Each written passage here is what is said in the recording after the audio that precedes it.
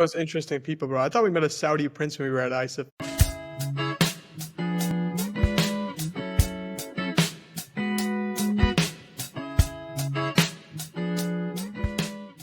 Hello, and welcome back to the Voice for You podcast, where we empower the leaders of today and tomorrow. I'm your host, Jeshwant Vana. Today, I'm joined by a young leader in our community. He is a researcher and advocate for solving societal problems. As a researcher, he has worked with many corporations and colleges, such as UCSC and NASA, at the intersection of astrophysics and machine learning. He has presented his work at 4 different conferences and was named a Regeneron ISEF Grand Award. His work has definitely not gone unnoticed, as he was named a 2025 Coca-Cola Scholar. Working his way through research and also teaching his way through STEM, he is Mr. Khedaar Kashyap. How are you doing today, Khedaar? I'm doing good. How are you? I'm doing well myself. Thank you for asking. The sun's shining here. It is summertime. Summertime fun time, as they like to say. Exactly. Yeah, but how are you doing? How's your day been? It's been going pretty good. Obviously got this amazing interview to look forward to. Today, I think this morning I was doing some research work, had to do some cold emailing. Then always you gotta stress what's the computer science market gonna look like in 2 years right now? Yeah, no, computer science is low-key kind of scary to go into nowadays, especially AI and stuff. You gotta look at that market and see how trend is going. You gotta watch that one specifically too. Gotta really hope that I don't lose my job in the next 4 years. It's fine. You got it, bro. Trust. If AI, they say AI will take, but if you're the best of the best when it comes to what you do, nothing's gonna stop you. Yeah, that's true. And low-key, everyone uses ChatGPT even at NASA or when you go to Stanford and stuff, so it's not even that uncommon to use it. We use it. They say it's gonna take over, but we just have to make sure that we use it in a way to the point where it won't take over. Because we're in charge of AI. They're not in charge of us. But if we give them too much reign, then the takeover starts. Exactly. Yeah, but before I get into the interview, tell me a little bit about yourselves, your hobbies, your passions, and who you are as a person. Got you. I like to kind of talk about myself in the sense of being an explorer, a public speaker, and then someone who just likes to have fun. Because of the explorer lens, I go outside a lot, and so I'm right next to Anderson Lake, which is a huge reservoir in California. And I love to see what's around there, whether it's through studying environmental science or doing astrophysics research at home and exploring just different places. Along with that, I love to speak and I like to talk, whether it's going to be speech and debate on podcasts, basketball, or whatever. That's something I'm always going to stand by and abide. I love sharing my story and I love learning about others' stories as well. So thank you so much for having me here. And then finally, I just like to have fun, right? We got to always relax and we got to enjoy the fact that no matter how stressed life can be, there's also the fun side where we enjoy with beaches, trips, movies, and such. 100%. But first off, thank you for agreeing to hop on the podcast. It's very uncommon to get a random DM from a stranger asking, yo, hop on my podcast. I don't have that many viewers, but just hop on in. So it really does mean a lot to me. But I 100% agree with everything you just said. Life, you only have one life. You might as well make the most of it and have fun while you're at it too. And obviously, like you did say, you are a big basketball guy. I can see with the Celtics hoodie on per se. What are your thoughts on the off season coming in? Do you think the Celtics are going to do anything crazy? I think just thinking about it in general, honestly, a lot of the way that we're moving into basketball, I think teams just don't want to spend as much money as before. And I think I completely respect that because for the Celtics, if we're losing one of our best players, that's $50 million lost to a guy who's going to be injured. And so I completely understand the idea of downsizing and moving it around. I mean, hopefully we'll be okay. We have Joe Mazzulla. I'm going to trust that he knows what he's doing and God knows what he's doing too. So let's stick together. Definitely. And obviously y'all did win the chip last year, so y'all are still considered heavy contenders.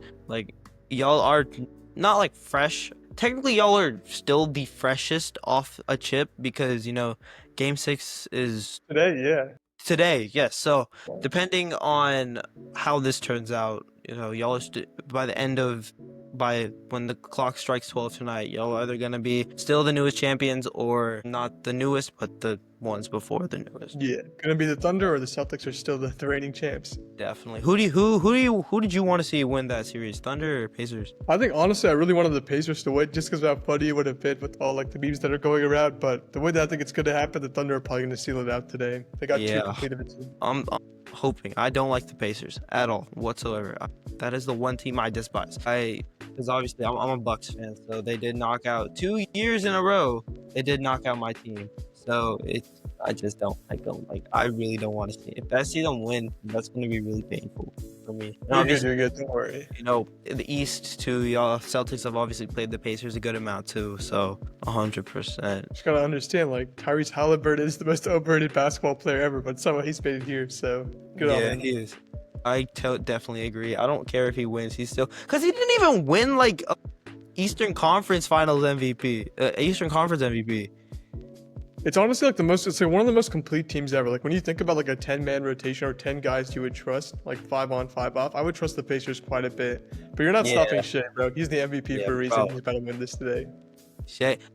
To be honest, I could see like the Thunder Loki. They're also very complete too as a team. They have everything. Also, like they have that leader in Shea. They have dogs off the bench, not off the bench, but like they have like defensive guys like Lou Dort. You know, you have the J-Dub and J Will. You got Chet Holmgren. You got Harton. Marissa too. Casey Wallace. Do not mess with the bald mamba, bro. Come on. He's insane. It's like the best plus-minus player in the series right now. Yeah, defensively, absolute menace. You know, Caruso's been doing his stuff ever since he got into the league. He's a fan favorite. Let's just say that for sure. Exactly. 100%. But before I get into like my interviews with like the hard-hitting questions like about your life and your passions and stuff, I like to start my interviews off more lighthearted with an icebreaker question. So my question for you is, if you could choose any person from history to be your imaginary friend, who would it be and why? That's actually a really, really solid question. Honestly, like I was thinking, like if you asked me like when I was younger, I would say like George Washington. But I'm like starting to think about it like further and further. It's gotta be like Marie Curie. Like I think I want to like learn someone who's gone like deep into science, especially into like imaging and how we see different pictures. Because I've been thinking about it more. Like I'm sure you've like seen all the deep fakes and all like the memes that are coming up now with artificial intelligence. I want to know what like the first images were like and the first pictures we took into the human body and the human essence. And Marie Curie did an amazing job of that. And also, it would just be cool to know like all the ups and downs in her life and what living in that time period was. And that kind of makes us also like understand like where we need to be in the future and like what are some good lessons to learn. And obviously, she is your imaginary friend. So you can always ask her for advice, whether it's like dealing with polonium or any. Was she found? Is it curium? No, I think. I think like just mainly the imaging side of it would be like really, really nice. Yeah. But obviously, it is Marie Curie, one of science's first, females, and very, very a Nobel Prize winner too on top. So that's definitely someone you can get advice for in all those scenes too, for sure. But first off, congratulations on graduating high school. That is a big accomplishment in general. So once again, congratulations on that. But as a senior that has graduated, what school have you committed to, and what about that college attracted you to first, apply there and then at the very end commit? Got it. So the school that I'm going to this fall is going to be Stanford University. So it's kind of nice because it's like local in the Bay Area. I would say I spent most of my life really, really wanting to go to the University of California, Los Angeles, because that's where my older brother went for his studies. And I really did not want to go to the University of California, Berkeley. But the irony of it is like as I got through senior year, the exact opposite started to flip because I was a Regents Scholar at the University of California, Berkeley. So I was like, go Bears, right? And then I saw Stanford come in, I was like, I've been saved. Because I know like deep down, I really wanted to study research, especially in astrophysics and more into imaging in all senses and fields. And so being able to be presented with the opportunity to work at Stanford was one incredible. Getting to be close to home, that means you get like your mom's home cooked food all weekends. It's amazing. And then finally, it's the Bay Area weather. I felt like I've become so comfortable to like 75-degree days to where I just can't leave this area. Definitely. And obviously, Stanford is still Stanford at the end of the day. How far is Stanford from where you live? It's around 40 minutes away, so it's actually like very comfortable to like. So are you staying in dorms? Are you like commuting or? I'll stay in dorms most likely, yeah, because like considering how like expensive it is, like you might as well like live it out to the fullest. Yeah, might as well. Yeah, I mean, I've heard like commuting, like a commuter's life versus a person staying in dorms is like a lot different. Yeah. Obviously, when you go to college, you want the full experience, not the half-ass experience. Exactly. 100%. And then the Bay Area weather. Stanford's only 40 minutes. You can, if you ever feel homesick, you can't get homesick because you've lived there. Pretty much there, right? You're basically staying where you are, and then. It's like I said, it's Stanford. But with all of this, even with these first 3 questions, you have mentioned a lot about astrophysics and your passion for astrophysics and imagery. So where did you get that interest in astrophysics to begin with? Gotcha. Yeah, I think like it's hard to pinpoint an exact time where it started, but I would say like it's through a lot of different movies, right? So I wasn't watching Interstellar when I was 5 years old, but I was watching The Backyardigans, and I found like some of the episodes about space and all the different creatures like really interesting. Like I thought we'd find Pablo and Uniqua, but like unfortunately we have like not found them just yet. But like looking to the outside, when I was watching like I think the movie The Martian, which is where Mark Watney, who's like an astronaut, ends up on Mars and starts to grow plants, I became super interested in the idea that like I wanted to do this too. I wanted to find like another habitable like Earth planet. So it started off a lot on my journey, and kind of like looking back to see like where it's come by. Like I feel super proud of where I've come also. But I think astrophysics was a great way to show my passion for just trying to learn new things in different ways. Because what may seem like that's on the surface is actually quite different when we start exploring and uncovering it. Definitely, definitely. And then was this like, obviously you have astrophysics, but you also are interested in the imaging side too. So did that come, separately, or was that, just a 2-for-1 deal? Got you. I just don't like looking at numbers, and I get very, very lazy. Like honestly, like I really didn't like doing calculus. So like just working with numbers itself wasn't very interesting. But when you start to work with images, it's like, okay, I can kind of see the appeal of this. And like every now and then it's nice to look at like a space image, like a galaxy or a star cluster, versus looking at a bunch of different pixel numbers. So that was like my knowledge of why I wanted to get into imaging. Definitely. And obviously, physics itself is like super duper hard. Like I took AP Physics 1 this past year. Super duper, I'm telling you, super hard. And then obviously you throw the word astro on it. That's the unknown physics. So that's a very big step. Is that what you plan on majoring in when you get? Gotcha. Yeah, I have to sell a little bit. I got to do computer science to understand more about the process of how we build algorithms. But yeah, I'll be studying astrophysics as well. Okay.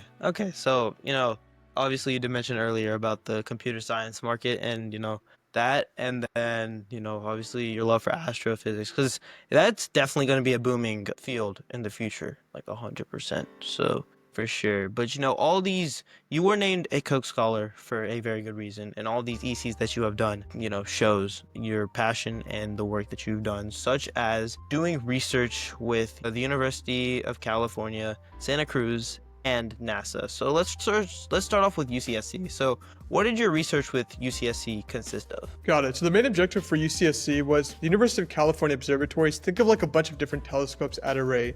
And we have a telescope that's like local towards us called the Lick telescope, and we have the Keck telescope in Hawaii. And right now, they weren't doing so good against Hubble. So think about like Hubble as like the gold standard, spent a lot of money, billions of dollars up in the sky. And on our ground-based telescopes, we wanted to use a certain adaptive optics approach, which is basically taking light, putting it towards lenses so that we can brighten the image and make it larger. But the issue was we were getting a lot of stars, like if they're close to each other, too much blur and too much light. Think of like trying to pick out like a person from a crowd if it's really, really crowded. You have to be like super fine and precise about where the location is. And so the exact thing applies for stars too. And so when we started like doing the research on this, we originally realized that like, hey, the lenses might be a little bit too small, so we made them bigger. Unfortunately, that made far more issues because it just gave us too much light and not enough separation. So we started to use different algorithms and point search methods that made it really easy. But along the process, we also realized that like, not along with the fact that we were nerds with glasses. And so we started to think about like visual impairments and how like our vision or how we see different things can affect like space. And so we started making 3D models that allow students or just anyone who is blind who has any visual impairments to feel what galaxies are. So imagine like a Braille textbook for astronomy. So not only are we going to enjoy this love, it's going to go out to everyone as well. Definitely. Taking something that you realize, obviously, I wouldn't say y'all were nerds, but very passionate, and then taking that idea of the visually impaired and all that. So how did you get in contact with UCSC? Was that just cold emailing, or was it through a program at school, or how did that? Got it. So that comes under the science internship program that's held at the University of California, Santa Cruz. I've had good connections to it because the director who runs the program has a lot of astronomy research too, and is an astronomy-based guy. So I've met them at conferences, and I knew them a little bit before going in hand. And so I applied to their internship program. Thankfully, we got in. Those essays a little bit mediocre, but we'll take it. And then we started working there. So yeah. Definitely. It's always them essays, dude. It's so hard to like write an essay. Even if like I'm gonna applaud you for writing a mediocre essay after trying to write an essay for so long. Yeah, that's 100%. But obviously, even with mediocre essays, you still got into the science, the research program there, which research is a very big part of your identity for sure. But not only did you do research with Santa Cruz, but you also did research with NASA, and that ties back to your interest with astrophysics. because NASA is the American space agency that everything is run through. Did you do astrophysics work with NASA? Gotcha. Yeah, that's a good question. So I've worked at many different like areas at NASA, including like the AIM Center, Langley, and so on. And so I think like one of the biggest NASA projects I did was last summer, part of their like STEM enhancement of Earth Sciences program. And so for that, we were doing like once again looking in through images of different star clusters. And the idea now was to estimate like, okay, how old are they? How do they age over time? And what's their structure in class? And so you could take a bunch of like looks and images and you could just like look at all these pictures and make a good judgment. But that was like a very like 2000s type of thing. So as we enter into more AI and more algorithmic stuff, it's now like, I'm not going to do that work because I'm very lazy. So how can I train an algorithm to do it for me? That's what we're coming up with and building. So we're able to actually find, I think, 250 new stars and classify a whole cluster, which is like massively impressive too. Okay, so did you get any of these stars? Did you get to name yourself after any of the stars? Like, It obviously was they're new. tough. No, it's actually kind of funny. I have like 6 deep sky objects, 7 planets, 2 potentially habitable, and 250 stars. I can't name them anything because it's always like, yeah, because like, for example, with the planets, right? So I got to use Kepler because Kepler is like the naming convention. Then they got like an ID number. Then they got like a letter after. I got to find like one where it's like the 11th or 12th planet so I can name it like 151K. So then it feels like more personal. But right now I just got B's and C's and it's like, these are not my grades, but like, we'll take it. Exactly. No, does the number 151 have like a special meaning to you or something, or is that just... I think it was just like, I just come up with the numbers on the spot, but like the way the number convention works is like, it just how many stars are there. That's like what the numbers are, like 1800s, 1900s and stuff. And then the A, B, and C or D, those represent the planets, right? So think of like, what is it? Mercury is our A planet, Venus is our B planet, Earth, we're the C planet. Yes. We're average, you know what I'm saying? Definitely. And then these planets that you do find, they're not a part of our solar system, but so like this would be our solar system, like right here, and then this planet you find is like right there. Yeah, even further than you can imagine. Like we're talking 17, like 18 light years away. We're talking like 18 light years. We're talking longer than LeBron James' career at this point. And that's like, really hard to get to. Definitely. 18 light years. Low-key, I wouldn't be surprised if LeBron plays for that long. I genuinely wouldn't be surprised. We'll see. I wouldn't be surprised. Because you tell me, LeBron's been playing for 18 light years. Makes sense. But how did you get this NASA internship? Like, how did you get this? It's a great question. So NASA has a bunch of different programs. Like once again, like the STEM enhancement of Earth Sciences is a summer program, but under STEM Gateway, hopefully they still got funding for this. I don't know if this is still going to be a thing in the future, but they have like a different program where you directly apply to work as a job. I know like for my year, like when I was doing this, which was right after the pandemic ended, it was very open to high schoolers because we were in a super like hiring market after like what the pandemic had happened. But now, like I think they restricted it more to undergraduate students. If you go out to STEM Gateway, you make a professional portfolio profile, and like you got to make a resume and all that cool stuff. You interview there, there's like a technical aspect, a behavioral aspect. You don't say anything out of pocket and you can get the job. So that's great. Exactly. No, out of pocketness can definitely get you screwed up in a lot of ways. I am one of experience in that field, but 100%. So has your work with UCSC and NASA ever like collided, as in like what the work like projects you have done, like anything from NASA, did you ever take that and move it to like Santa Cruz or vice versa? Yeah, exactly. I think like one of the best things just about research in general is every experience stays with you, right? Like even if you're moving fields from like healthcare towards, let's say, like biotechnology, and then biotechnology to astrophysics, you still use those same core aspects of like how do you talk to someone, how do you present a paper, as well as like the direct aspects or the more technical aspects in the sense of like, well, how do we take an image and make it into numbers? Or how do we convert numbers into an image? Or how do we present this side of our research with these like types of different algorithms, like detrending, folding, things like that. So a lot of it is very similar skills. I would say the biggest difference, honestly, is the people and the mindsets that you'll meet, right? Because at like the University of Santa Cruz or like California and all, like a lot of colleges in general I've worked at, be it the UCs or like out of state, they have like a very, very structured mindset to how they want to approach things. I think with NASA, the operations go a bit slower because of red tape and it being a government organization. So the people you'll meet will also be different. Sometimes you meet the most driven people and sometimes you're like more laid back and you're chilling. Like where do you feel like where do you fall on that scale? More driven or more laid back? It depends actually on the project, honestly. Because if it was like a project that I'm leading personally, it's got to be driven. Like we all got to be locked in 10 toes down. Yeah.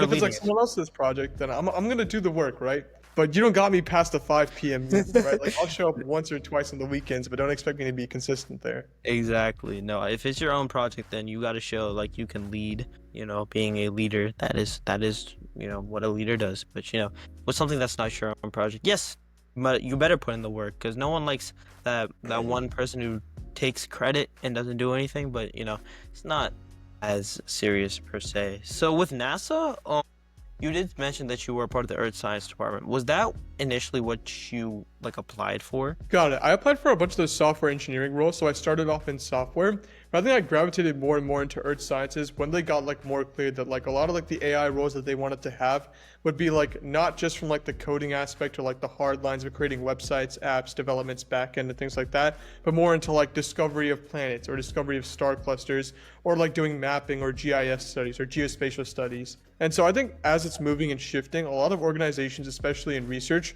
are trying to convert more interdisciplinary roles where you're not just going to be like a coding guy, but you're also going to be working with another field as well. So I do strongly recommend for students that are interested in research, know your code. You got to be 10 toes down there, but also be 10 toes down in the other subject you want to be exploring as well. Definitely, definitely. And obviously with NASA, you did do a lot of imaging and also with Santa Cruz. So let's do Santa Cruz first. How many pictures do you believe that or actually let's do both. How many pictures for each one do you feel like you have gone through? Ooh, like how many pictures totally I've used? Like how many pictures did you like use in the imaging process that you look at? We're talking millions right now because like when you think about like training a lot of like these models, like I think as easy as it is to like look at ChatGPT and like type it in and things like that, there are like millions and millions of like training data and different questions that are being asked. Like think about like the stupidest question you've asked to like a certain like large language model. They've seen way worse to be able to answer your question. And the same goes for like imaging too.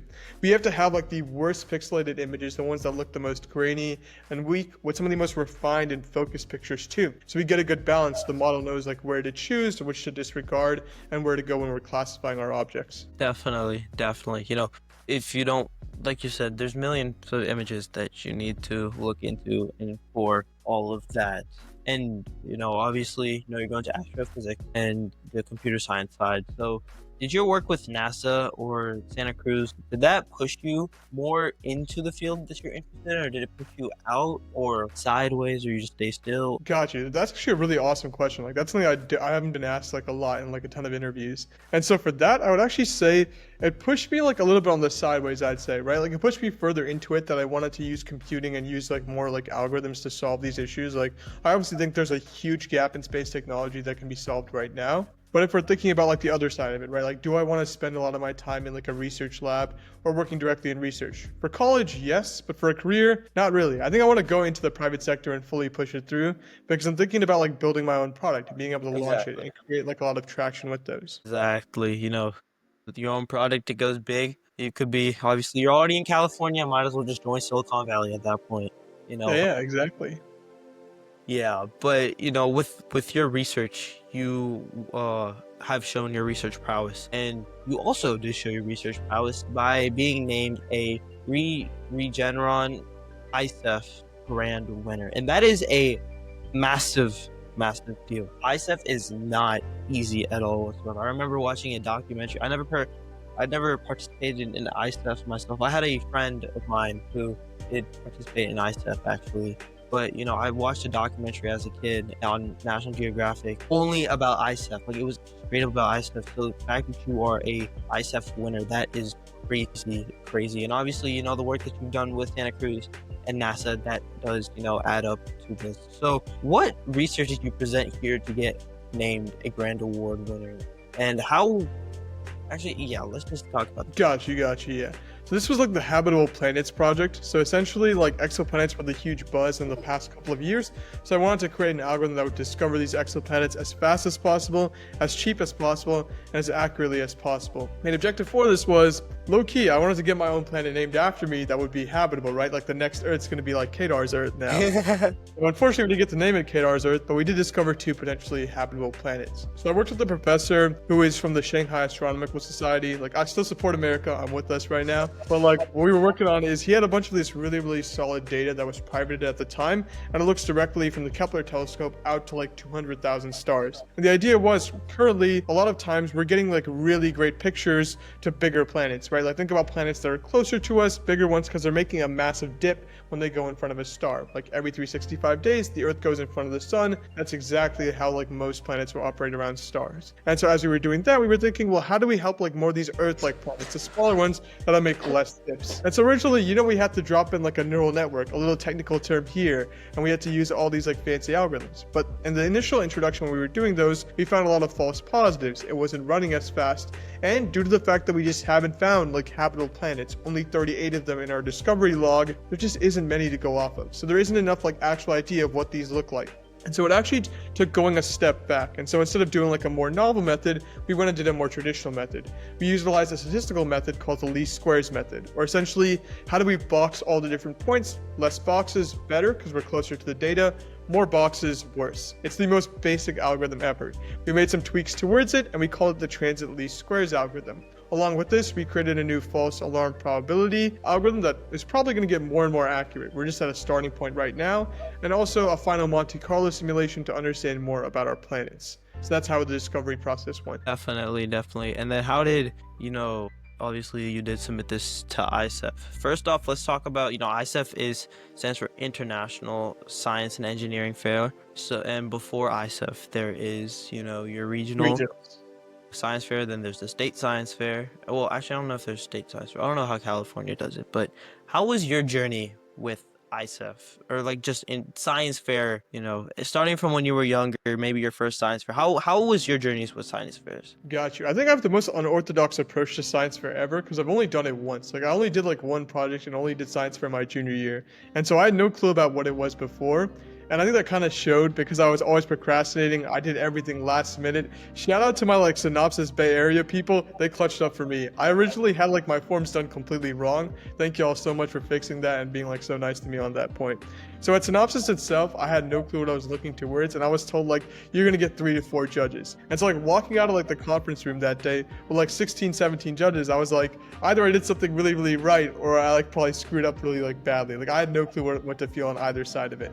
And so when like the awards did end up coming back, I was like super happy and thrilled too. Then I went to the state fair. State fair, we kept it online because the people who run it, they could have booked us in person, but I guess not at that point. And so we had a lot of fun there. It was nice to talk to all the different judges and things. And my biggest 2 takeaways from those first 2 fairs were like this idea of attention to detail. And I was super focused on getting like the best detail possible and giving the people around me like, okay, this is exactly what I'm doing in my project. Any small, minute change, you have an idea, any suggestion, I'll listen to it.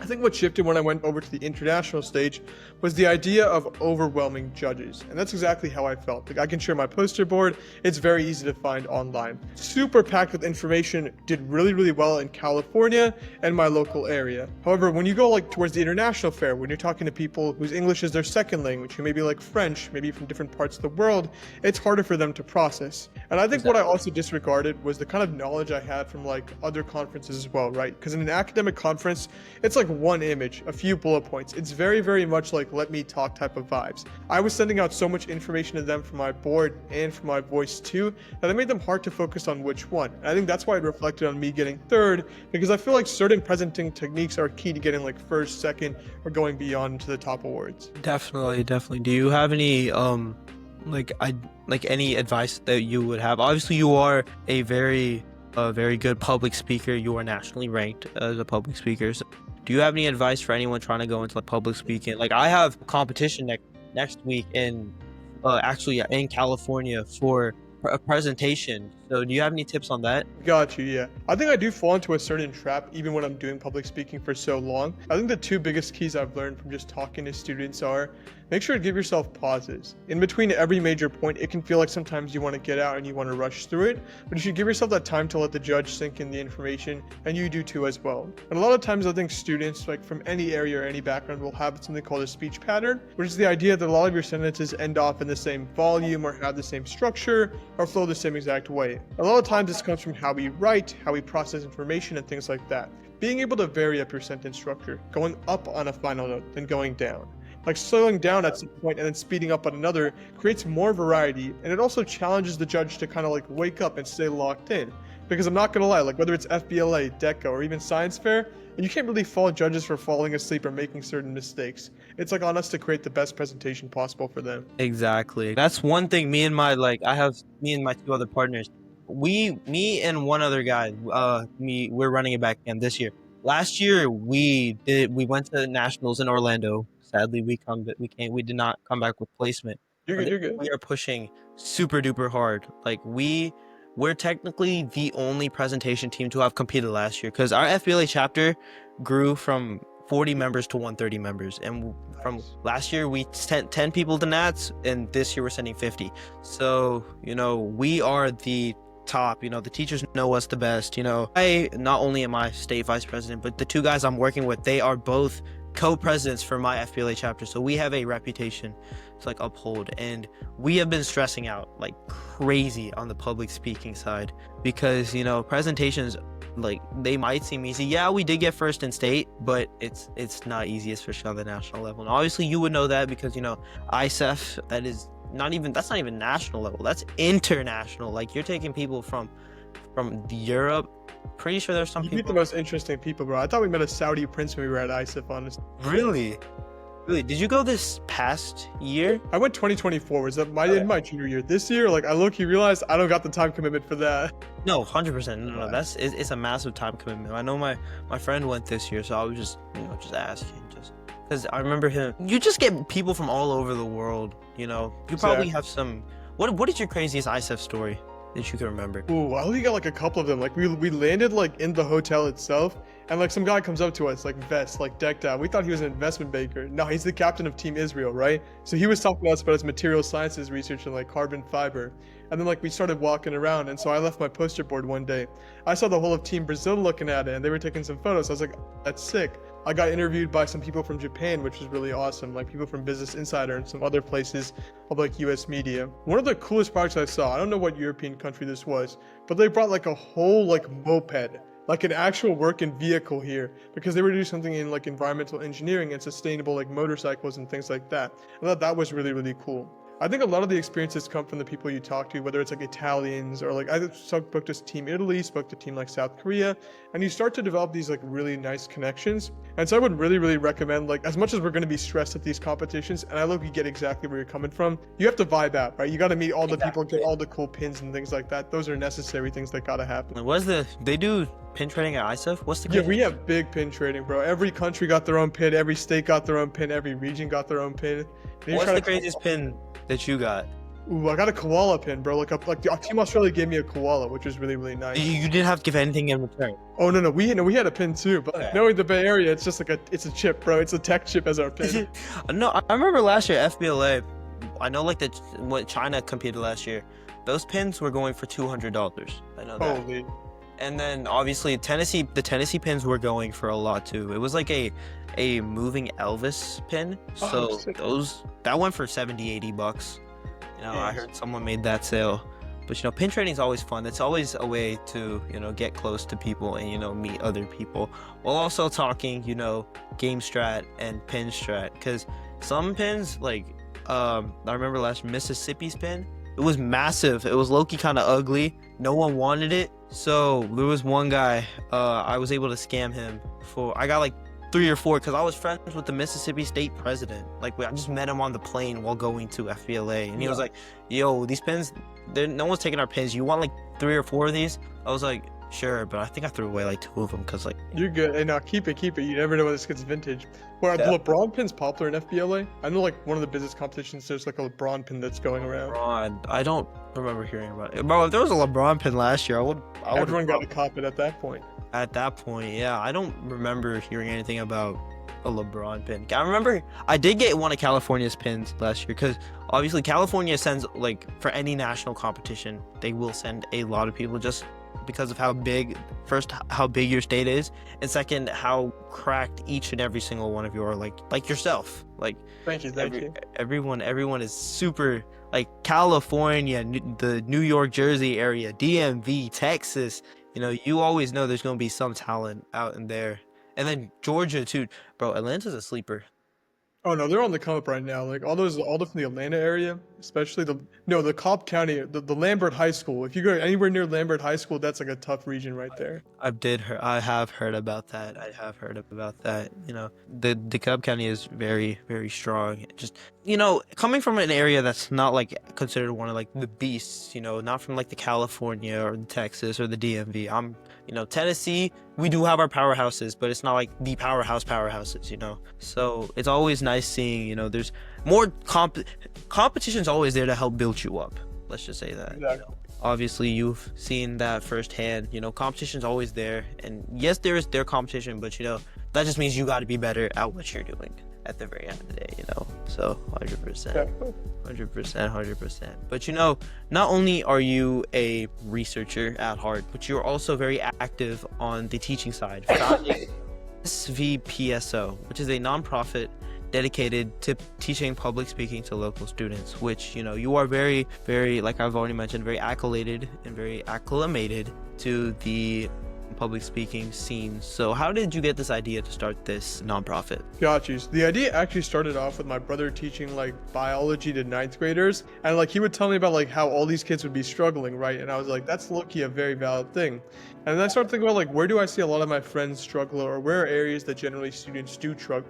And it's always this kind of joke, but it's like the number one fear of Americans apparently is public speaking. It can't be that, bro. It's got to be like housing prices right now. Exactly. But nonetheless, if it's not housing prices, we can assume it's public speaking. So at the time, I thought for a lot of students, right, it's hard to get our ideas out. We feel really, really shy, and talking to new people can be really uncomfortable. So the idea for me was like, okay, how do I bring this out within students? The idea first started as like, let me go teach online during the COVID pandemic to a bunch of students. Have them come in, it'll be free sessions, they can have fun, we can make a bunch of jokes, and we'll just talk.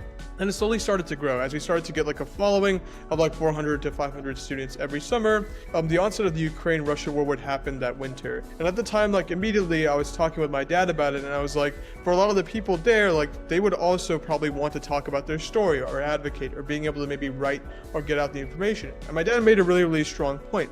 For a lot of people who are in wars or in warring situations, many of them will have organizations where their school is gone now. So where can they go as a place to learn? Where can they move around? So during the winter breaks of the following, I worked with a program called Engine and Save the Children, which connects people from Ukraine, Venezuela, and Sudan, like whether they're living in those countries or they moved out to other countries.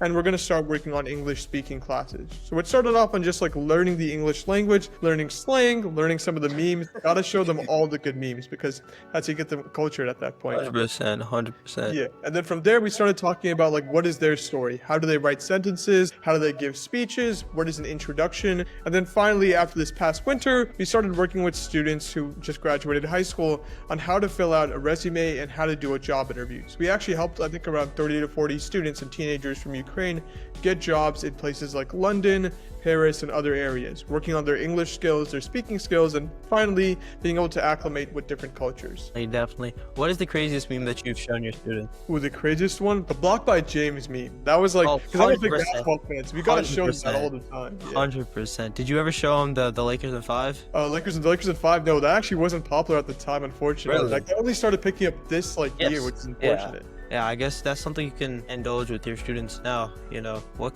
can I throw in some rhymes? Don't give me the blame. I came here for the game. Blocked by James. Something like that. So no, that's a meme for the ages. That's going down the history books. LeBron James, my glorious sunshine. But you know, there's obviously like other public speaking institutions that compete against yours. Like I know there's one here called PMI. No, it's called Toastmasters.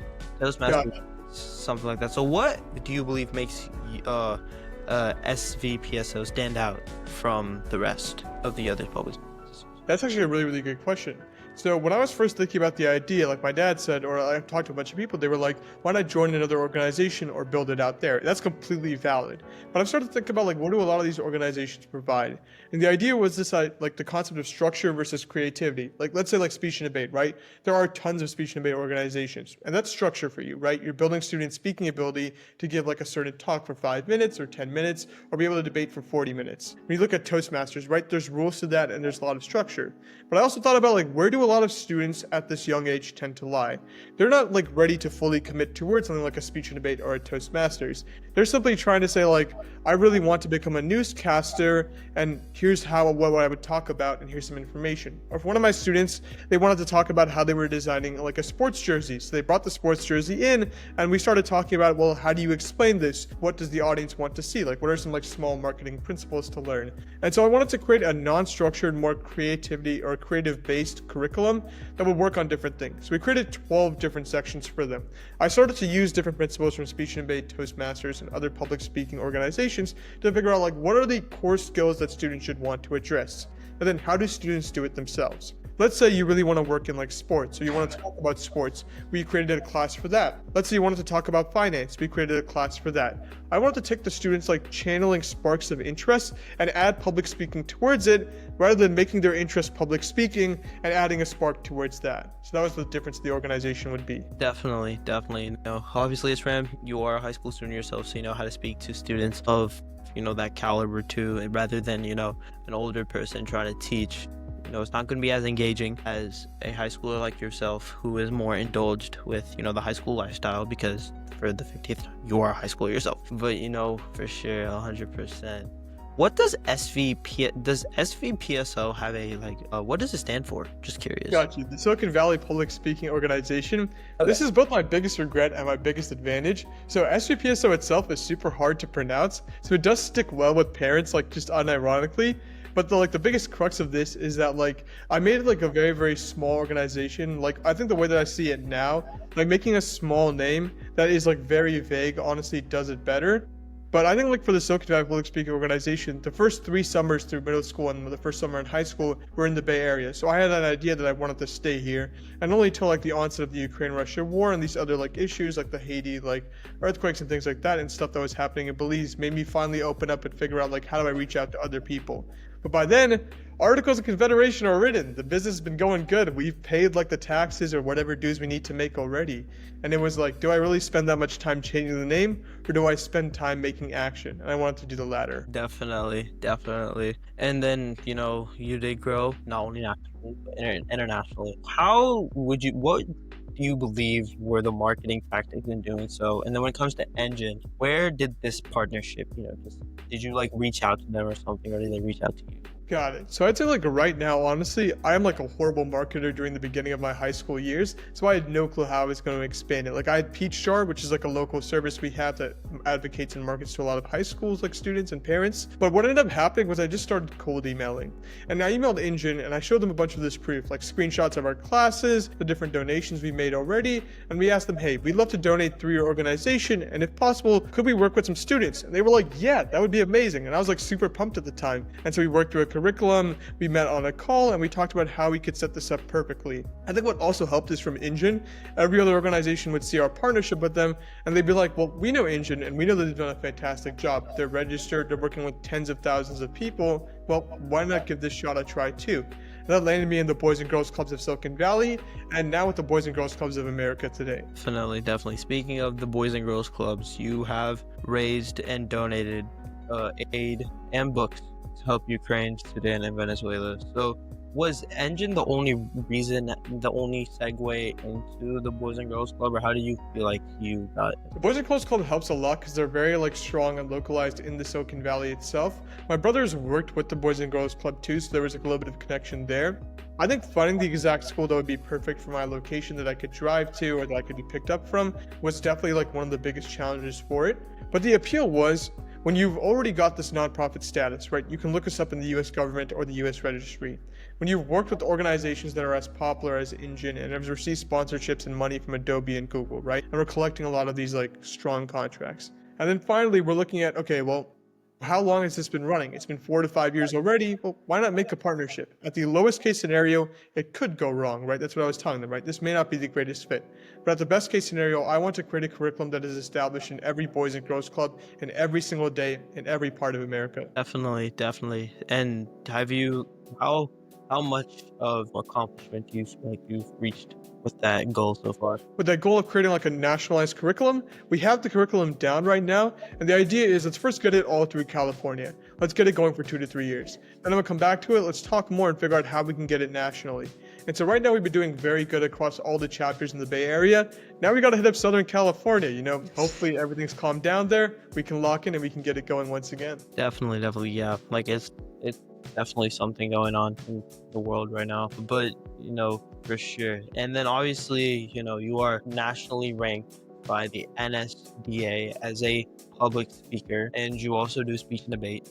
So where did I'd say your aspirations and your vision for speech and debate and public speaking come? Got it. So I think I knew I wanted to be a public speaker by doing like science Olympiad and competing in a lot of Olympiads in my middle school years. And so I liked the subjects, right? They were very interesting. Obviously had a passion for I think public health at the time and astronomy. But I was a yapper. I would talk a lot during tournaments. I would sometimes talk during tests, and it used to make my mom mad when I was practicing, or even my partner's also mad too when we were doing tests together. And so what I started to realize was okay, I have this actual passion for maybe talking about stuff that seems to be niche, unique, and sharing all my opinions and thoughts. And so with all the things I've read in my past, my history encyclopedias, all the block by LeBron James, you can always use Mr. Sunshine in any speech. And then putting that all together, I was like, let me try out speech and debate. And I first started doing debate itself, but I wasn't really great at it. And that led me to kind of figure out well, what do I really love to do? I did not like writing cases. I did not like doing all of that preparation work. I wanted to do it on the spot and speak spontaneously. So that led me to impromptu and extemp, where I've been able to compete over the past 4 years and thankfully receiving national recognition the past 2 years. Definitely. I really wish I did speech and debate. I know speech and debate at my school. Our school is very, very nationally. They've gone to multiple very crazy tournaments like Harvard.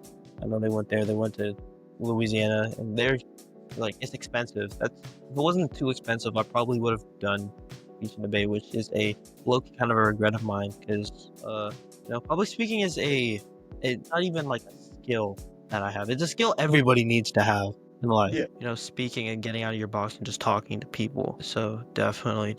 But other than you have your research side, you have the public speaking side, but you are also a artist. You are a musical person playing mridangam. So does that run in your family, or how did you get involved with it? How did you start playing mridangam? Got it. Everything goes, just like astronomy, we got to go back to the movies. There's a really, really famous movie called The Life of Pi. It's about an Indian guy that gets stranded on a boat with a tiger and I think a monkey. It's the craziest CGI ever. I have no clue why I believed it was real at the time, looking back on it. But he was playing the mridangam for a girl. He ended up getting the girl, so I was like, that's the move right there. If you play an instrument and it's really nice and you can do this really effectively, then yeah, this could be a really, really solid segue to whatever you want to do in life. And so I became interested in it. I loved rhythm and I loved playing as well. I think one of the best parts of playing mridangam was it added consistency to my day. I used to play an hour and a half every single day. I know my parents are pretty mad at me for not playing as often right now, but usually it would be so consistent from the age of 6 all the way to 16 of just 1.5 hours every single day. I became very comfortable of playing on the spot, playing in different concerts, playing in fusion music with my brother who plays the piano, playing for Bollywood or Bhangra, and then also playing in very Carnatic, classical, or engagement style concerts. Definitely. I did Carnatic singing for a decade. From age of 16, I quit around last year-ish because school gets tough around this time.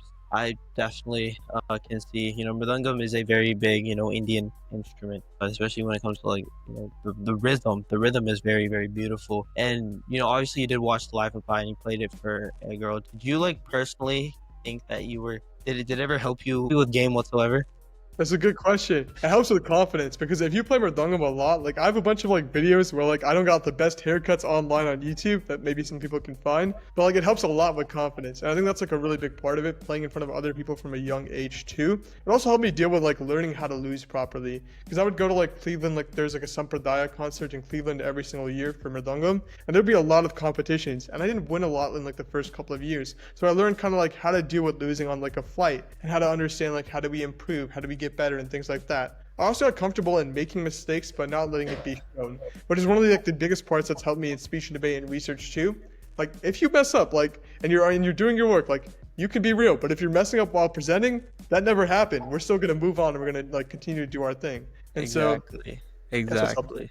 No, that's just how performances, work in general. You know, when you perform in front of a big crowd, not even just for rhythm, like I've performed in front of like 200 plus people at my school's culture day for like 2 years in a row. And, you know, everyone does dances and it's like, okay, it's just another dance performance. But then I come out there with a mic and me and my partner, we go out there, we have a mic in one hand and we start singing. It's going to be different from everybody else. So, you know, and that means now all eyes are on you because you are the different one. So the performance itself, and even take dance, for example, like performance is not easy and you have to build that confidence level. And obviously, you know, with competitions and especially like, you know, with the musical side, competition is heavy and losing is a inevitable thing at some point. You know, some people like myself when I was younger, they take like sore losers. I remember I cried after one. So valid, so valid. I cried after one competition because I lost to like my best friend at the time. He got it, I didn't. I started crying. But then, you know, some people take it, you know, with just a grain of salt and, you know, just build up. So, you know, losing is always something in life, but it always leads to something better if you really push for it. So I definitely see where you're coming from there. But, you know, with all of these accomplishments, you know, with the research, the public speaking, the advocacy, you were named a 2025 Coca-Cola Scholar. So how was that whole process in general, you know, applying wise? And how was that experience going down to Atlanta, Georgia and being added to a crazy network of 149 other people? Got you. Yeah, it was looking a long process, I would say, because I first saw this like through like a TikTok reel. So that's looking like what inspired me to kind of apply to it, and it was like the only like scholarship that I started that I actually finished. So thank God for that, honestly. That was like really, really solid. And I applied, I think like sometime in August through the first round. I literally forgot about it. Then boom, I hear I'm like a semi-finalist. Okay, put the hat back on, let's go. And then so writing those essays, I became like really stressed about like, am I gonna get the right perception off? Can I really explain it? Then I took like a step back. Like I'm Khedaar, I still got this too anyway, right? I got like that speech and debate, like unburdened confidence and the idea that this will go pretty good. And so I wrote about it, got very, very lucky to move on, thankfully for an amazing recommendation from my debate coach. And then finally we got to the interview stage, and I prepared with my dad for around 2 hours in the morning of that same interview day, and I spoke in this exact room, so this is like a pretty lucky room to me. And at the time, I was like, they're about to go and analyze me. They're about to hit me with like the hardest hitting questions. And then the first question goes out. If you had like $1 million, what would you do with it? Boom, hit that out of the park. Knew exactly what I was gonna say for that. And they were like, if you had a superpower, what would it be? Hit that out too as well. So through like the application phase itself, like I was really, really stressed at every single point. But when I actually started completing it and I went through those steps, I thought this was actually very comfortable, and I really liked what they were asking me. Like they were very like thoughtful and very, very nice questions. And so finally, we get over towards the situation of arriving there. I spent like 14 hours in delays at the Phoenix airport because I flew from like the Bay Area and San Jose. Worst decision ever. If you're ever in the Bay Area, fly from San Francisco because San Jose will put you in the most delayed cities ever. I landed in Phoenix, bro. At first, it was like a 2-hour delay, then a 5-hour delay. It just started chalking up over time. So I ended up becoming like the last person to arrive to the actual like Coke Center in Atlanta, and it was a wonderful experience. I think one of the things that I've never given so much credit to was how many different people there were with all of their stories. Like a lot of people who I've never even thought of meeting in my life, and then also everyone's got their own passion. A lot of times I felt in the Bay Area, you get like very, very common to seeing the same like Indian male CS stereotype or like public policy like dedicated researcher stereotype. And then finally, seeing like a bunch of different people with their own opinions and their own thoughts, and really learning about their community, like whether it's rural, urban, suburban, and how their school was different from mine, was really cool to me. So I love like the small details and everything and all the effort that was put into making us interact and talk to each other. You know, definitely. Yeah, everyone's got their own like passions, and that's the good thing in my opinion about the Coca-Cola Scholarship. You know, there are some scholarships that just go straight on CS, and it's like all CS people, they have the same passion for CS and all of the Coca-Cola Scholarship. It's different. So they have people that are passionate like yourself in astrophysics and computer science. There's public policy, there's business, there's, you know, just in general, and they just have crazy positions. Everyone is there for a reason, and you and the 149 others were in that a part of that class for a reason, because y'all are passionate about what you do and you are willing to make a change and have a voice for it, which is perfectly sums up the people that I would want to highlight on my podcast, Voice for You. But, you know, at the end of all of this, why do you personally believe that you were named a 2025 Coca-Cola Scholar? Got you. That's actually a really, really tough question. It's hard to pinpoint one reason for it, but I think like I was just like able to convey my passion and why I really, really loved like not only the Coca-Cola Foundation, but also what I wanted to do in the future in a very like articulated or clear manner. Because when it gets down to it, the interview is like what truly sells you in and what puts all of it together from like a voice and like a face perspective. And so when they asked me about like what I would do with the $1 million answer, I split it up into two things, right? I was like, I want to use 25% of the money to buy 3D printing resources and be able to build like those models that can help people with visual impairments feel astronomy and things like that, and put it towards space accessibility. And the other, we gotta expand public speaking, right? If we give out money and we have like all the proper funds for it, we can give out books, educational resources, get laptops for students, and we connect a broader network into the love for public speaking and talking about what we care about, or this idea of like broader advocacy. And so I think that was very easy to show not only in the interview, but it's something I've been truly caring about for a long time. And like I tell this to a lot of people, you can't fake certain things. And true passion and true desire for something is impossible to fake. And it'll be shown in your facial expressions, the way you talk, the way you slow down or pause, or the way you go faster in certain speeches. You're blinking. Like most of our communication is done through facial expressions and the non-words or the non-content that's being said. And that's like very true in these Coca-Cola interviews. In such a short time, I recommend to anyone that's applying for this scholarship, 20 minutes, if you get to the stage, be honest, be truthful, and show the light in your eyes so they'll see the light in why you should be a Coca-Cola Scholar. 100%, 100%. If you don't show that passion, then they're not going to want you at the end of the day. And that's something, obviously, I'm a rising senior myself. And, after talking to all of y'all, I do plan on, applying for the scholarship myself. Hopefully, I do get to that point where I get asked what I want to do with $1 million, because actually maybe not that question. I don't know what I'd answer with that question. I'll be so honest. I started pondering that question actually just now. Maybe, do you think they would like it if I... That's interesting. That's actually a really, really thing that I haven't thought about. Honestly, go for it, because at the end of the day, if you can sell the passion and you can sell it forward, that's going to be amazing. I think you take something you've been loved doing in FBLA, like whether you're like marketing a business or you're pitching a certain idea, and talk about how you bring that idea to real life with the funding and with the money, because that sounds real to you and also captures all the different essence of what you care about. Definitely. And obviously you don't want to be too like uptight 24/7, because uptightness scares away people. You want to be more laid back. Obviously, like yourself, take your public speaking skills, serious, but then also not too uptight and laid back with the block by James and the Lakers in 5 and Gotta do all that. of that. You gotta show sunshine, some sort of place. Exactly. Like, come on now. But yeah, definitely. Y'all were chosen with a 0.15% chance. That is less than 1/6. That's about a 1/6 of 1%. So Yeah. y'all all were chosen for a reason, and a very, very good reason at that. So 100%, bro, 100%. But to round out this interview, the Voice for You podcast is a whole tagline is to empower the leaders of today and tomorrow. So what is some advice that you have for either me, the audience, or anybody who's trying to be a leader in their own society and, build up the courage to, speak out for what they believe in and the way that they wish to lead in their society? Got you. I think one of the ways that I would think about life is you have one chance to succeed and you have infinite chances to fail. And what I mean by that is that there's so many opportunities that will come in front of you. And I think a lot of times we think about like what will be the failures first before what will be the successes. I strongly recommend to kind of switch that mind off about what the failures will be. Because at the end of the day, if you start 100 business ventures and you have 100 failures, write a book about that. Make it funny. Talk about like the 100 things that I could have been, or the 100 Elon Musk ideas that never was. That could be your 101st first successful idea, right? And so what I explain to a lot of people is there's tons of scholarships that will come up. There's gonna be tons of opportunities, tons of businesses, tons of applications. Just send it in.